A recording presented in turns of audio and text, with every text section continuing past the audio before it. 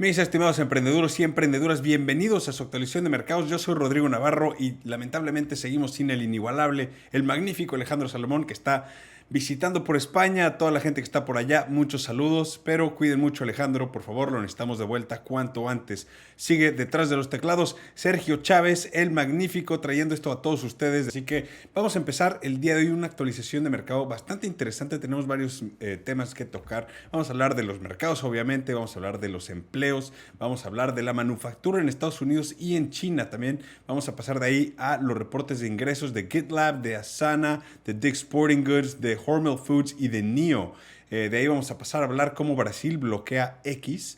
Después vamos a hablar del futuro de Intel, el manufacturero de microchips. Y finalmente vamos a hablar del fraude de TikTok. Con eso vamos a cerrar una semana corta y actualización de mercado pequeña para ustedes, para que se nos vayan a disfrutar el resto del fin de semana. Así que pues arranquemos, porque bienvenidos a septiembre. Qué semana tan volátil estamos teniendo para arrancar este mes con todo, y es una semana corta, como les decía. Se siente que fueron más de 2 semanas y media en estas, entre subidas y bajadas tan brutales. Honestamente se sintió como una semana muy larga, con todo y que solamente llevamos 3 días de mercado. Cierra ahora que nos están viendo en viernes, pero bueno, el martes arrancó con todo porque vimos una bajada brutal, una bajada general de mercado, liderada obviamente por Nvidia, que perdió casi 300 mil millones de dólares en capitalización de mercado en un solo día.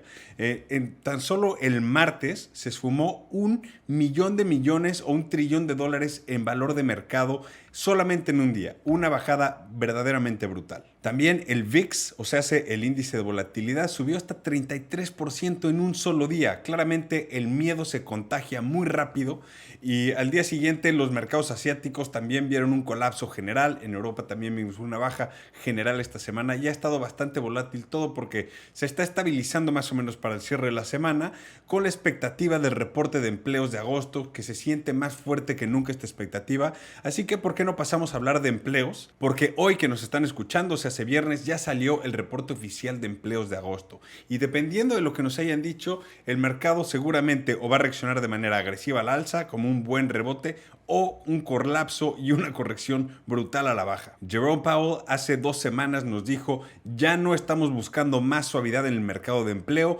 ahora esa suavidad les hará reaccionar para estimular la economía, y una sobrereacción de la Reserva Federal siempre son malas noticias. Ese cambio de tono está poniendo mucho más enfoque en el mercado de empleo que en la inflación. Está cambiando un poco nuestro interés sobre los indicadores financieros, y sabemos que no solo las contrataciones han estado a la baja, básicamente completamente planas, sino que los despidos han sido brutales este año. Es más, han subido casi 30% comparados al año pasado en los primeros 8 meses del año.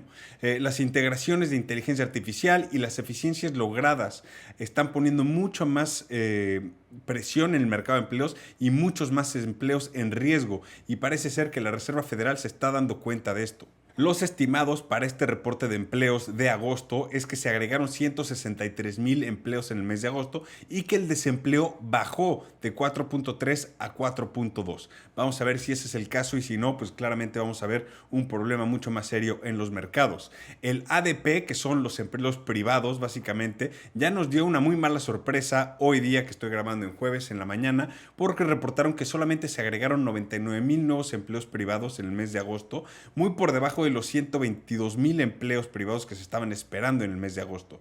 Honestamente, para el reporte oficial dudo mucho que se cumplan los estimados, y aunque los pasen, luego, como ya sabemos, las mentiras en los reportes de empleos no los van a estar corrigiendo un mes adelante, pero honestamente estos días prefiero que nos digan una mentira, porque si no van a colapsar los mercados completamente a la baja, y esperemos que ese no sea el caso. En fin, lo más preocupante honestamente es que los empleos disponibles abiertos al día de hoy en el mercado llegaron a su punto más bajo desde el enero del 2021, y eso empieza a poner más y más preocupaciones sobre las acciones que va a tener que tomar la Reserva Federal en su cambio de política monetaria. Todo eso básicamente está complicándole la vida a Jerome Powell y a la Reserva Federal de tomar una decisión correcta para no o sobre agresivamente querer estimular la economía y generar esos miedos de un colapso económico, o simplemente tomar la decisión correcta para llegar a ese posible aterrizaje suave que tanto nos han estado diciendo que podemos lograr. Y bueno, Con esas malas noticias podemos pasar a hablar de la manufactura en Estados Unidos porque por quinto mes consecutivo la manufactura en Estados Unidos está contrayéndose. Los números de productividad llegaron por debajo de lo que se estaba esperando y solo ha subido un mes en los últimos 22 meses. Esto solo nos demuestra que la historia que nos quiere seguir contando el gobierno es una farsa. Primero el empleo, luego la productividad, la manufactura, todo ha sido realmente bajista, pero todavía nos están contando que estamos en una posición completamente positiva y que todo va muy bien. Esta historia y esta narrativa que nos ha querido seguir diciendo el gobierno se empieza a fracturar y empezamos a ver las fallas económicas por todos lados. Y a esto le agregas la mentira que el PIB sigue creciendo. O sea, es increíble realmente las mentiras que nos siguen diciendo. O sea, y no sé cómo lo ven ustedes, pero para mí en lo personal me escriben personas que trabajan en el transporte, me dicen que todo está terrible y que sus viajes están abajo 40%. Gente que trabaja en bodegas de logística, igual me dicen que no hay movimiento. Gente que ha perdido su empleo y no pueden encontrar ningún otro empleo. ¿Cómo es que todo parece estar bien según el gobierno? Entiendo que es época de elecciones y les urge mostrar que están haciendo las cosas bien, pero simplemente no lo veo. No lo veo. Y bueno, del otro lado del mundo hablemos de la manufactura de China, porque en China finalmente estamos viendo un crecimiento nuevamente en manufactura, sin embargo el sector de servicios continúa bajando. Se anunciaron varias cosas esta semana en China, pero lo más importante que están queriendo hacer allá, hemos hablado de muchos estímulos que han estado buscando para poder reactivar su economía local y lo que están haciendo es algo muy interesante y es la refinanciación de todas las hipotecas que tienen ahora por cerca de 80 puntos abajo de donde están ahora, o sea, 0.8% menores las tasas de interés. Esto lo que haría inmediatamente sería aumentar el gasto discrecional local y estimula la economía, básicamente ahorrándole dinero a los ciudadanos en sus pagos de hipoteca, lo cual pueden usar para gastar en otra cosa. Suena como un muy buen estímulo que realmente no afectaría a nadie, ni a los bancos, ni a nadie, porque es una refinanciación de la hipoteca y de la deuda que tienen pendiente. En China están intentando absolutamente todo para reestimular la economía, solo que todavía no les ha funcionado muy bien ninguna. Esperemos que este sea el caso, porque una economía china creciente puede estimular la economía alrededor del mundo en cuanto al precio del petróleo, los minerales, los metales, las materias primas y obviamente pues el comercio local puede generar muchos ingresos para empresas internacionales. Así que estamos poniendo bastante atención a lo que está haciendo China y esperemos que mínimo este estímulo sí les funcione. Y bueno, de ahí pasemos a los reportes de ingresos, porque hubieron pocos esta semana, obviamente, pero hay varios bastante interesantes. Y arranquemos por GitLab, porque en una semana bajista, ellos son los únicos que sí están de fiesta.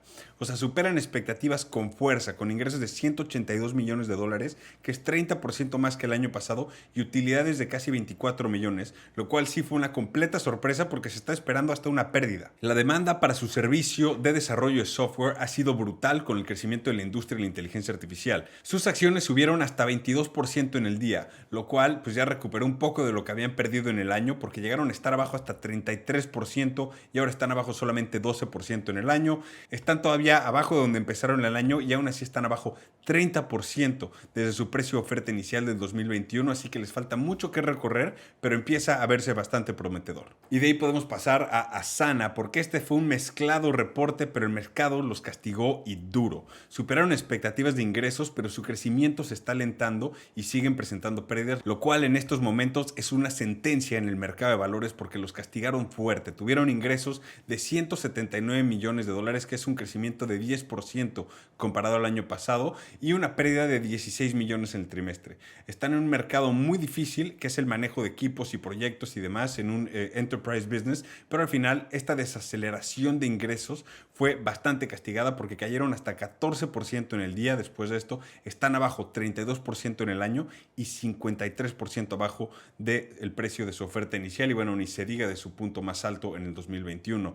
No se ven muy bien, tristemente es el caso, pero pues hay muchas empresas que están en la misma situación, que todavía no pueden llegar a esos flujos positivos y el mercado los está castigando fuerte. Y bueno, de ahí podemos pasar a Dick's Sporting Goods, porque es interesante que hemos visto que muchos de los minoristas y sobre todo las tiendas departamentales han estado dando cautela hacia cierre de año, pero no Dick's. Ellos reportaron un incremento en ingresos anuales de 8%, con ingresos de 3.470 millones en el trimestre. Sus utilidades crecieron 48% a $362 millones en el trimestre. Una verdadera locura lo que ha estado haciendo ellos. Su directora general, Lauren Hobart, dice que sus ventas hasta a ellos les ha sorprendido porque porque están recibiendo nuevos clientes y más clientes que antes, y el promedio del ticket de venta es más alto comparado al año pasado. Honestamente, sí me sorprende bastante, pero si a ellos les sorprende, eso nos debe de decir algo. Al parecer, ya cerraron las tiendas donde estaban teniendo problemas de delincuencia y robo y demás, y ven un cierre de año bastante fuerte, reafirmaron sus expectativas de ingreso,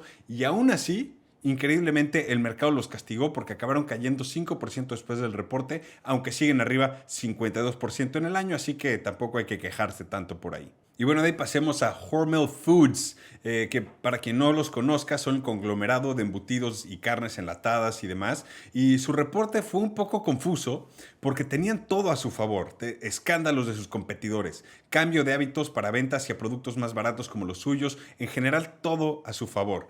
Pero al reportaron ingresos menores de 2.900 millones en el trimestre, que son 60 millones de dólares menos que el año pasado, y utilidades de 203 millones, que es 7% menos que el año pasado. Así que un poco mal su reporte, reafirmaron expectativas a la alza para el resto del año y esperan cerrar bien el año, pero vamos a ver si eso es cierto, porque honestamente sí pusieron bastantes dudas en el mercado con este reporte. Su acción llegó a caer casi 10% después del reporte, eliminando básicamente todas sus ganancias del año, y siguen abajo 19% cuando los comparas con el año pasado, así que se le vendrán mejores días. Y bueno, cerremos los reportes de ingresos con NIO, la empresa de manufactura de coches eléctricos chinos, y qué manera de sacarla del parque. O sea, los fabricantes de coches eléctricos reportaron ingresos de 2.400 millones de dólares en el trimestre, que es 100%, bueno, 99% más comparadas al año pasado y 76% más comparadas al trimestre anterior, lo cual es brutal ver ese crecimiento en ventas.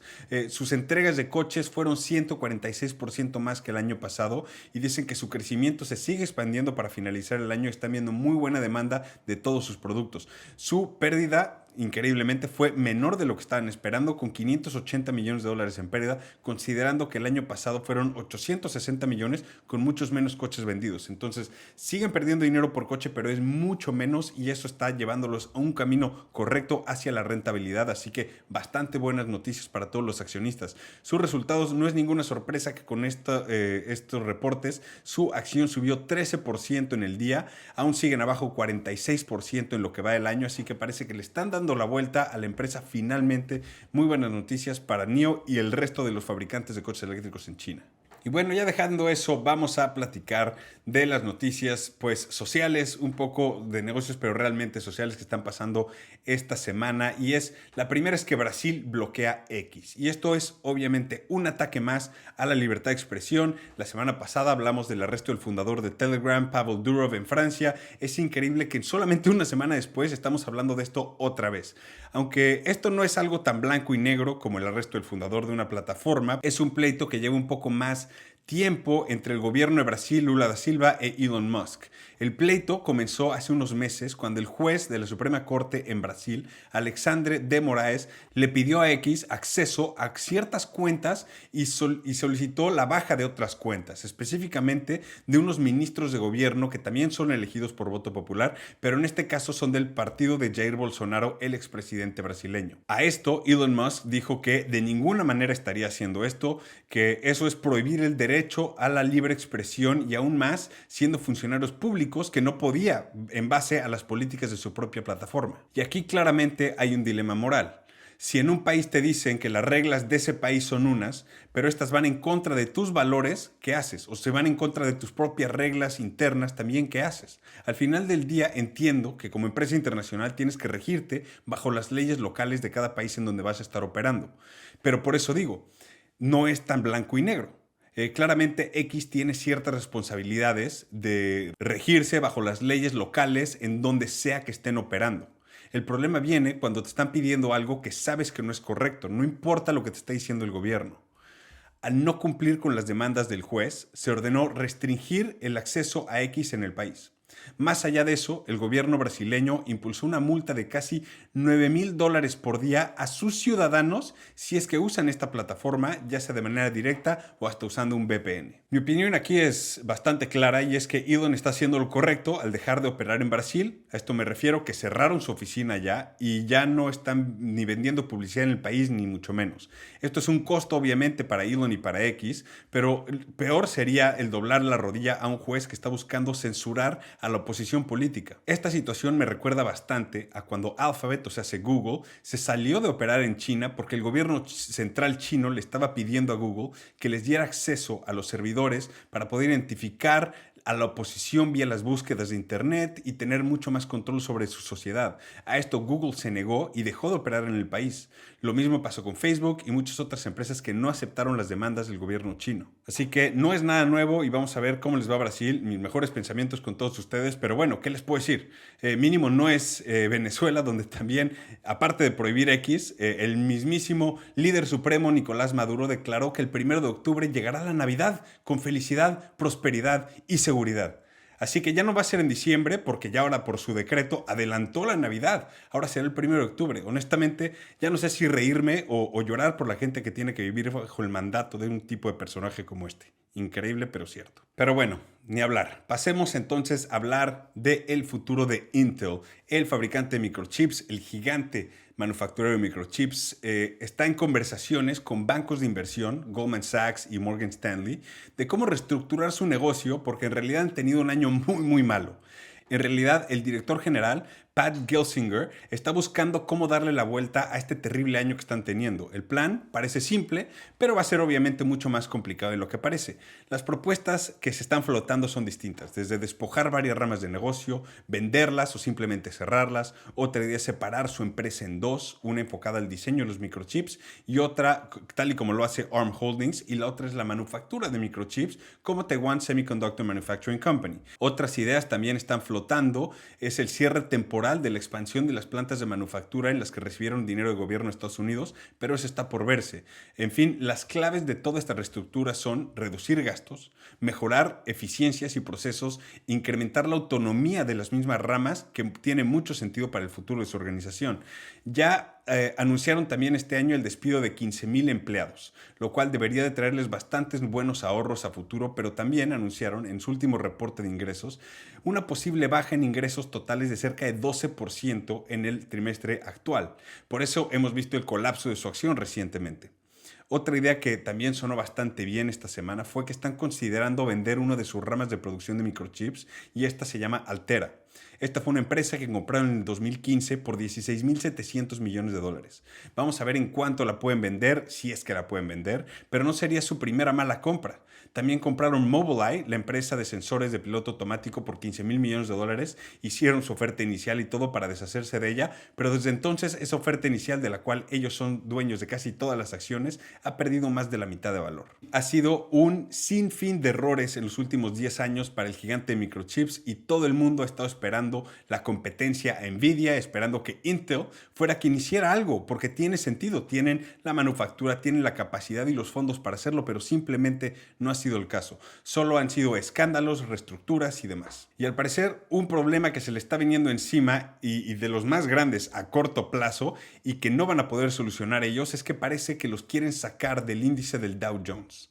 La salida de esta pequeña pero muy exclusiva lista de solo 30 empresas va a tener muy serias consecuencias por la cantidad de ventas que tienen todos los ETFs que siguen el Dow Jones. Va a ser un reajuste de posiciones brutal y todavía no es seguro, pero si es el caso va a ser muy negativo para Intel. Sea lo que sea, en mi opinión, es una muy buena estrategia buscar el reestructurarse para poder ser mejores cada uno en sus propios rubros, darle autonomía a cada rama de las empresas, enfocarse a lo que mejor es para ellos sin tener que estar subsidiando o trabajando con el resto de la empresa y poder enfocarse a lo suyo. Sobre todo en este sector de los microchips, cada sector específico es sumamente complejo. Desde el diseño, la manufactura, las integraciones a software y hardware, los productos adyacentes, hasta las máquinas máquinas para hacer los mismos chips tienen su propio sector. Enfocarse en su rubro suena como una gran idea si te pones a pensarlo, porque los dejas competir específicamente solo en ese mercado en vez de querer acaparar todo el mercado y ser mediocre en absolutamente todos. Solamente pensando en el diseño y la manufactura, que serían los dos rubros más importantes para Intel, tienen ya contratos con Meta, con Amazon, con Google, con Microsoft para la producción de sus microchips, y con el rubro de diseño pueden trabajar con esas empresas para estar mejorándolas independientemente para poder llegar a un diseño ideal que funcione específicamente para ellos, y después entonces pasas esos contratos a la empresa de manufactura. No significa que no van a seguir trabajando juntos, pero la especificidad de cada uno de estos rubros los puede ayudar a crecer mucho mejor, y sobre todo cuando sean operadas independientemente. Vamos a ver en qué acaba esto, y me imagino que le quieren dar la vuelta porque no van a querer ser el Kodak de 1990 o los Blackberries del 2010. Esperemos que le puedan dar la vuelta y mucha suerte a Intel. Y bueno, con eso vamos a acabar con el fraude de TikTok, porque esto honestamente me voló la cabeza, porque es increíble que la gente crea que esto fue una buena idea.